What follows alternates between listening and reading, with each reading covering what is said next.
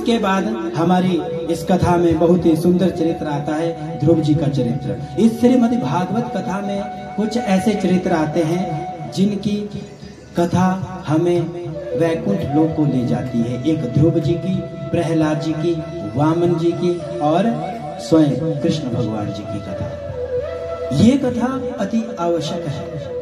आइए ध्रुव जी की कथा में प्रवेश करते हैं। उत्तानपाद। उत्तानपाद का अर्थ क्या हुआ?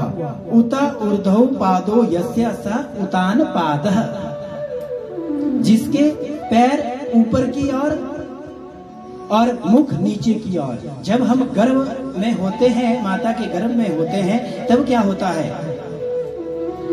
मुख नीचे की ओर होता है और पैर ऊपर की ओर होते हैं। उसी को उत्तानपाद कहते हैं। सच उत्तानपाद की दो पत्नियां थी, सुनीति और सुरुचि। हम आप लोग क्या करते हैं? ज्यादातर अपनी रुचि के साथ रहना शुरू करते हैं, जबकि हमें शास्त्र सिखाते हैं कि नीति के साथ चलना चाहिए, रुचि के साथ नहीं चलना चाहिए। इसलिए हमें हमेशा नीति के साथ चलना चाहिए। क्या हुआ?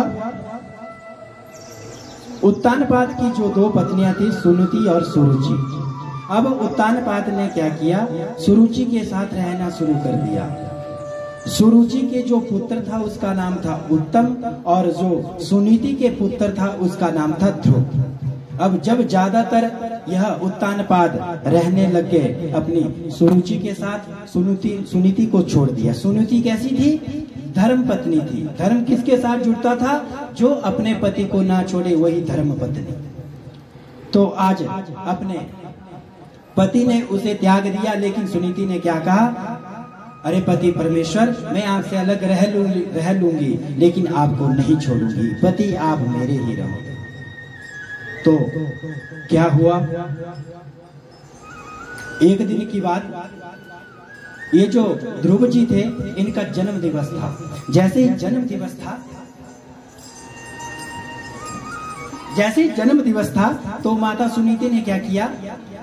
नलाया धुलाया, पूजा पाठ कराई, और क्या कहा, जाओ आज अपने पिताश्री का आशीर्वाद लेकर के आओ। जैसे ही राज्य में पहुंचे हमारे ध्रुव जी, जैसे ही राज्य में पहुंचे, अब जो उत्तानपाद जी थे अपने राज्य में बैठे हुए थे अपने सिंहासन पर। जैसे ही बैठने लगे सिंहासन पर दौड़े ध्रुव जी, तभी क्या हुआ? सुरुचि ने रोक लिया। अरे कहाँ जा रहे हो? रुक जाओ। क्या कहा? ना वत्सः निपते दृष्णयम् भवानोतडुडुन्महर्ति ना गृहीतो मया यत्त्वं कुक्षा अपि निपात्मजः।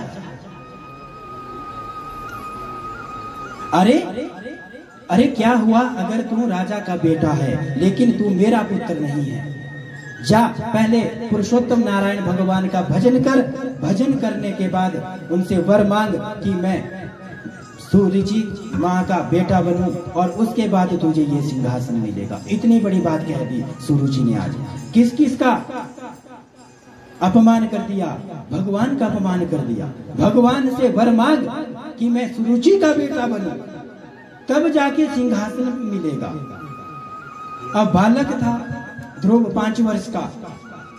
जैसे ही बालक था दौड़ करके उतर गया, आ गया रोता हुआ। जैसे ही पहुंचा अपने माता के पास पहुंचा, क्या कहता है? मातो सपतन्यासः दुर्क्त विरुद्धे स्वसनरुषा दंडहतो यथा हित्वा मिशन्त पितरं सन्नवाचः जगाम मातो प्ररुद्रणः सकाशमः। अरे बेटा क्या हुआ? रोने का कारण तो बताओ, क्या बात हो गई? क्यों रो रहे हो? तभी ध्रुव जी ने कहा, मैया मैं गया था पिताजी का आशीर्वाद लेने, लेकिन सुरुचि ने कहा जाओ पहले पुरुषोत्तम भगवान का भजन करो, तब तुम्हें आशीर्वाद मिलेगा, तब तुम अपने पिता की गोदी में बैठ पाओगे। तभी माता ने कहा, अरे अपनी माता के बारे में बुरा मत सोच। शोकदा अग्निहिताल वलेतः बालः। बुरा मत सोच अपने माता के बारे में। तू हमेशा पूछता रहता था ना मुझसे मेरे अपने पिता के बारे में, जो मैं नहीं बता सकी उसे तेरी दूसरी माता ने बता दिया। तब सा आराध्यम पुरुषम तस्यैवानुग्रहेण में, जिस पिता के बारे में तू पूछ रहा था वह परम पिता परमेश्वर तो पुरुषोत्तम नारायण भगवान है। तेरी माता ने बिल्कुल ठीक कहा है। सत्यम सुरुचियापीतिम भावान में यद दुर्भाग्य उदरे गृह्यत। बेटा उसने सही कहा है, तूने मेरी कोख से जन्म लिया। अगर तुझे उस परम पिता परमेश्वर की गोदी में बैठना है ना, तो उस पुरुषोत्तम नारायण भगवान का भजन कर, भजन कर। तभी ध्रुव जी ने कहा ठीक है मैया, अगर आप कहती हो तो मैं भजन करूंगा, बोलो क्या क्या करना है। वहीं पर सारे अपने वस्त्र अलंकार छोड़ दिए आज ध्रुव जी ने। जैसे ही ध्रुव जी ने छोड़ दिए, अब माता ने कह दिया ओम नमो भगवते वासुदेवाय। इस मंत्र का जप करो, तप करो और वन में चले जाओ। अब ध्रुव जी जा रहे हैं, इधर माता क्या कहती है भगवान से, हे प्रभु मुझे क्षमा करना, मुझे नरक देना, मुझे दुख देना, मुझे जो मर्जी देना, लेकिन मेरे जो पुत्र है इसको अपना दर्शन अवश्य देना, दर्शन अवश्य देना। कहीं ऐसा ना हो जाए जो मेरे मुख से निकला है झूठा हो जाए, इसलिए दर्शन ध्रुव को अवश्य देना। अब जैसे ही कहा, अब ध्रुव जी जा रहे हैं। जैसे ही जा रहे हैं, रास्ते में क्या हुआ, नारद भगवान जी मिल गए। जैसे ही नारद जी मिले, नारद जी ने देखा ना, अरे 5 साल का बेटा है, अभी तो बाल्यावस्था है, खेलने कूदने के दिन है, कहाँ तप करने के लिए वन में दौड़ा है, चलो इसकी परीक्षा लेता हूँ। पहुंचे ध्रुव जी के पास, अरे बेटा कहाँ जा रहे हो, तप करने के लिए जा रहा हूँ, माता ने भेजा है। अच्छा तप क्या होता है, पता नहीं क्या होता है तप। हाँ मंत्र दिया है, इसका उच्चारण करूंगा। क्यों करेगा, मेरी मैं माता के पास गया था, अपने पिता की गोदी में बैठना चाहता था, वहां से मुझे भगा दिया, इसलिए तप करना चाहता हूँ परमपिता परमेश्वर का। ठीक है तप करो, लेकिन आपकी तो बाल्यावस्था है, आप तप कैसे करेंगे, आपसे तप नहीं होगा। जाओ खेलो कूदो, थोड़ी देर के लिए क्रोध आता है, उसके बाद फिर से क्रोध समाप्त हो जाता है, जाओ घर में जाओ। तभी क्या हुआ, ध्रुव जी ने कहा नहीं, वापिस जाने वाला नहीं हूँ, जाऊंगा तो जाऊंगा, तप करूंगा। नारद जी ने देख लिया, हाँ शिष्य तो पक्का है, गुरु मंत्र दे दिया, जाओ ओम नमो भगवते वासुदेवाय का जप करो, जप करो। जैसे ही जा रहे थे, उसी समय इधर पिता को पता लगा, उत्तानपाद को, कि बेटा तो तप करने के लिए वन में जा रहा है, 5 साल का, क्या तप करेगा, उसको तो वन में जाकर के भेड़, क्षमा कीजिए, सिंह आदि खा लेंगे, भेड़िए खा लेंगे। क्या कहा, संदेश वाहक भेजा, जाओ जो 1 सेर आटा दिया जाता था, आज से 10 सेर आटा दिया जाएगा, लेकिन वन को मत जा, पुत्र को कहो। पुत्र ने देखा, अरे अभी तो संकल्प ही किया है जाने का, वहां से आना शुरू हो गया, मना कर दी ध्रुव जी ने। इधर से फिर से उत्तानपाद जी ने अगला संदेश वाहक भेजा, ऐसा कहो जो आज तक ज्वार का आटा दिया जाता था, अब कनक का आटा दिया जाएगा। नहीं माने, 5 राज्य दिए जाएंगे, नहीं माने ध्रुव जी, जाओ तुम्हें सारा राज्य का राज्य संभाल देता हूँ। ध्रुव जी ने कहा, अरे पुरुषोत्तम नारायण भगवान जी का तप करने के लिए तो अभी तो मैंने संकल्प लिया है, मात्र संकल्प करने से इतना सब कुछ मेरे पास आ रहा है, अब तो तप अवश्य करूंगा, तब तो अब अवश्य करूंगा। बुद्धिमान व्यक्तियों को क्या चाहिए सज्जनों, दुखे क्षति पापम क्षीयते, सुखे क्षति पुण्यम क्षीयते। दुख में दुखी होना चाहिए, सुख में सुखी होना चाहिए। अगर दुखी में हम दुख होते हैं तो जो हमारे पाप हैं वो कटते जाते हैं, अगर सुख में हम सुखी हैं तो हमारे पुण्य कटते जाते हैं। इसलिए आप अपने आप समझ लीजिए, हमें दुख में रहना चाहिए या सुख में, आएंगे तो दोनों। लेकिन क्या कहा है भगवान ने, दोनों को कहा है। जो बुद्धिमान व्यक्ति है वह दुखी में दुखी हो तो भगवान को समझे, जो भगवान ने दिया है वह सब कुछ ठीक है। सुख में सुख दिया है तो सुख भी ठीक है, लेकिन सुख में ज्यादा भूलना नहीं चाहिए, क्योंकि जितने भी हमारे पुण्य कर्म है ना वह क्षीण होते जाते हैं। जैसे ही पूरे क्षीण हो गए तो दुख आ जाएगा। इसलिए मात्र एक हरि कथा जीवन, अपने जीवन को मात्र एक हरि कथा बना लीजिए, हरि का सुमिरन कीजिए। ऐसा ही आज ध्रुव जी ने किया, तो ध्रुव जी को मंत्र दे दिया गया, ओम नमो भगवते वासुदेवाय।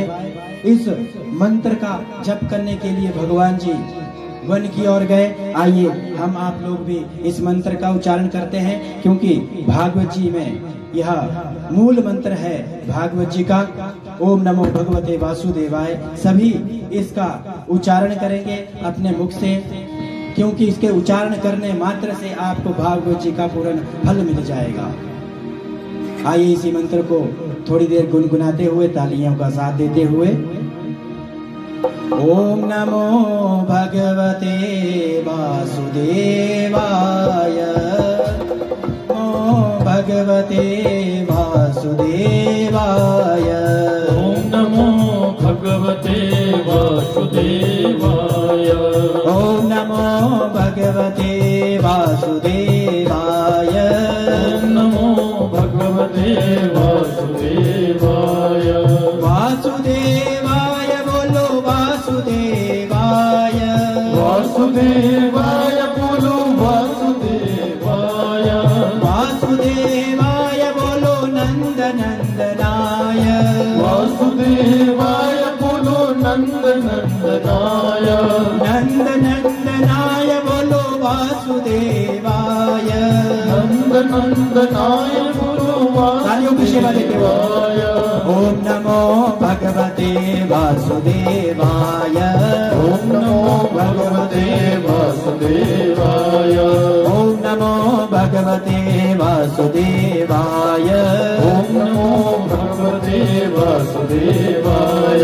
वासुदेवाय बोलो नंद नंदनाय, वासुदेवाय बोलो नंद नंदनाय, नंद नंदनाय बोलो वासुदेवाय, नंद नंदनाय बोलो वासुदेवाय, वासुदेवाय बोलो नंद नंदनाय, वासुदेवाय बोलो नंद नंदनाय।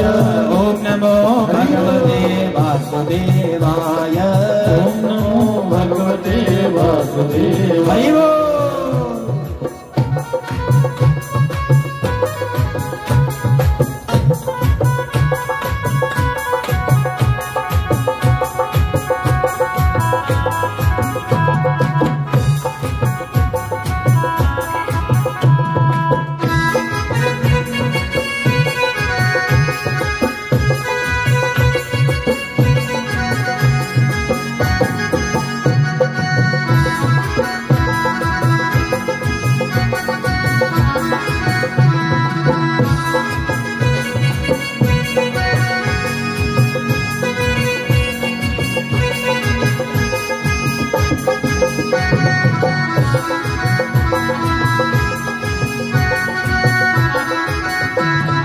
वासुदेवाय बोलो पीतांबराय, वासुदेवाय बोलो पीतांबराय, वासुदेवाय बोलो पीतांबराय, वासुदेवाय बोलो पीतांबराय, पीतांबराय बोलो वासुदेवाय, पीतांबराय बोलो वासुदेवाय। ओम नमो भगवते वासुदेवाय, ओम नमो भगवते वासुदेवाय, ओम नमो भगवते वासुदेवाय, ओम नमो भगवते वासुदेवाय, ओम नमो भगवते वासुदेवाय। ओम नमो भगवते वासुदेवाय। वासुदेवाय बोलो शशिशेखराय, वासुदेवाय बोलो शशिशेखराय, वासुदेवाय बोलो शशिशेखराय, वासुदेवाय बोलो शशिशेखराय, शशिशेखराय बोलो वासुदेवाय, शशिशेखराय शशिशेखराय बोलो वासुदेवाय। ओम नमो भगवते वासुदेवाय। ओम नमो भगवते वासुदेवाय। ओम नमो भगवते वासुदेवाय। वासुदेवाय बोलो मुरलीधराय। वासुदेवाय बोलो मुरलीधराय। वासुदेवाय बोलो मुरलीधराय। वासुदेवाय बोलो मुरलीधराय। मुरलीधराय बोलो वासुदेवाय। मुरलीधराय बोलो वासुदेवाय। ओम नमो भगवते वासुदेवाय। ओम नमो भगवते वासुदेवाय। ओम नमो भगवते वासुदेवाय। ओम नमो भगवते वासुदेवाय। ओम नमो भगवते वासुदेवाय। ओम नमो भगवते वासुदेवाय। ओम नमो भगवते वासुदेवाय। ओम नमो भगवते वासुदेवाय। ओम नमो भगवते वासुदेवाय। ओम नमो भगवते वासुदेवाय। बोलिए बांके बिहारी लाल की। इसी तरह जब किया आज ध्रुव जी ने, महाराज जी ने, क्या हुआ, प्रथम माह में केवल 3-3 दिन के अंतराल में कैंत के फल खाए और तप करने लगे। दूसरे महीने में क्या किया, 6 दिन के अंतराल में सूखी घास खाना शुरू किया और उसके बाद तप करते। तीसरे महीने में क्या किया, 9 दिन में केवल जल पी कर रहे। एक बार जल पीना, 9 दिन तक रहना। ऐसा तीसरे महीने में किया। चतुर्थ माह में 12-12 दिन तक अपनी वायु को ही पीना शुरू कर दिया। ऐसे ध्रुव जी महाराज। और 5वां माह जैसे ही शुरू हुआ, आज अपने श्वास को भी रोक लिया ध्रुव भगवान जी ने और नारायण भगवान की दिव्य छटा को अपने आंखों के आगे आगे। बोलिए ध्रुव जी महाराज की।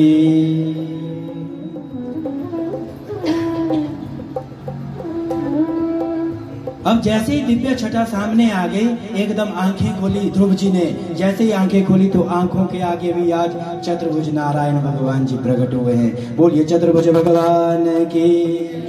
जैसे ही देखा भगवान जी को, अब ध्रुव जी सोचने लगे, अरे माता ने भेज तो दिया वन में तप करने के लिए, भगवान जी भी प्रत्यक्ष हो गए, लेकिन ये नहीं बताया आगे क्या करना है। क्योंकि 5 वर्ष की आयु थी, स्कूल नहीं गए थे, विद्यालय नहीं गए थे। तभी सोचने लगे, तभी नारायण भगवान जी ने देख लिया मन में क्या उथल पुथल चल रही है। तभी क्या किया, परस्परः बालम कृपया कपोले। भगवान जी के मस्तिष्क के साथ भगवान आज नारायण भगवान जी ने अपना शंख स्पर्श कर लिया। जैसे ही शंख स्पर्श कर लिया, क्या हुआ, वाचाम अलंकरोति इति वाचालम, मूकम करोति वाचालम, लपंगुम लंघयते गिरिम, यत कृपाम तम अहम वंदे परमानंद माधवम। भगवान की जिसके ऊपर कृपा होती है ना सज्जनों, तो जो गूंगे होते हैं वह भी बोलने लग जाते हैं। वाचालम शब्द क्यों कहा, वाचाल शब्द हम आप लोग कुछ और भी लेते हैं, बहुत वाचाल है, बहुत सारी बातें करता है, लेकिन क्या कहा है, वाचाल वाचम अलंकरोति इति वाचालम। अर्थ क्या हुआ, अर्थ हुआ जिसके मुख से सदैव हरि गुणगान निकले, वही हुआ वाचाल। अर्थ का अनर्थ मत कर देना। जैसे ही आज ध्रुव जी के साथ स्पर्श किया है शंख का, आज भगवान जी के पास शास्त्र वेद पुराण उनके कंठ में आकर के विराजमान हो गए। बहुत सुंदर स्तुति की है ध्रुव जी महाराज ने अपने नारायण भगवान जी की। यो अंतः प्रविशयः मम वाचमीमां प्रसोक्तां, संजीवयाखिल शक्तिधर स्वधामना, अन्याश्च हस्तचरणः श्रवणत्वादगादीनः, प्राणान्नमो भगवते पुरुषाय तुभ्यं। ध्रुव जी कहते हैं आप सर्वशक्तिमान हैं, मेरी वाणी तो सोई हुई थी लेकिन आपकी कृपा हुई, मेरे अंदर प्रवेश कर गई तो स्वतः जागृत हो गई। ऐसे ध्रुव भगवान जी। अब ध्रुव भगवान जी को मनोवांछित फल प्रदान किया है। ध्रुव जी ने 36,000 वर्ष तक राज्य भोग किया। सज्जनों, ध्रुव जी क्या कहते थे, क्या कहने लगे? जब तक बिका ना था कोई पूछता नहीं था। ध्रुव जी जब मत्था टेकने गए थे ना अपने पिता के पास, उत्तान के पास, तो माता ने भगा दिया था। ध्रुव जी कहते हैं जब तक बिका ना था कोई पूछता ना था, तूने मुझे खरीद लिया, अनमोल कर दिया। जैसे ही इधर उत्तानपाद जी को पता लगा कि आज भगवान को प्रसन्न करके आज ध्रुव जी वापिस आ रहे हैं, तो यहाँ उनकी माता सुरुचि भी खड़ी है, सुनीति भी खड़ी है, साथ में स्वयं उत्तानपाद जी खड़े हैं, बहुत सारे ब्रह्मा विष्णु महेश जी खड़े हुए हैं उनको देखने के लिए। जैसे ही देखे यहाँ पर उत्तानपाद जी ने, तो उनको उनके ऊपर सारा राज्य अभिषिक्त कर दिया, जहाँ सारा शासन दे दिया आज ध्रुव जी को, और अपने आप चले गए स्वधाम को। बोलिए बांके बिहारी लाल की। अब इसके साथ जैसे ही ध्रुव जी के सिर के ऊपर पूरा शासन काल आ गया, उम्र बढ़ी, और ध्रुव जी का प्रथम विवाह शिशुमार की पुत्री भ्रमी के साथ हुआ, दूसरा विवाह वायु की पुत्री इला के साथ हुआ।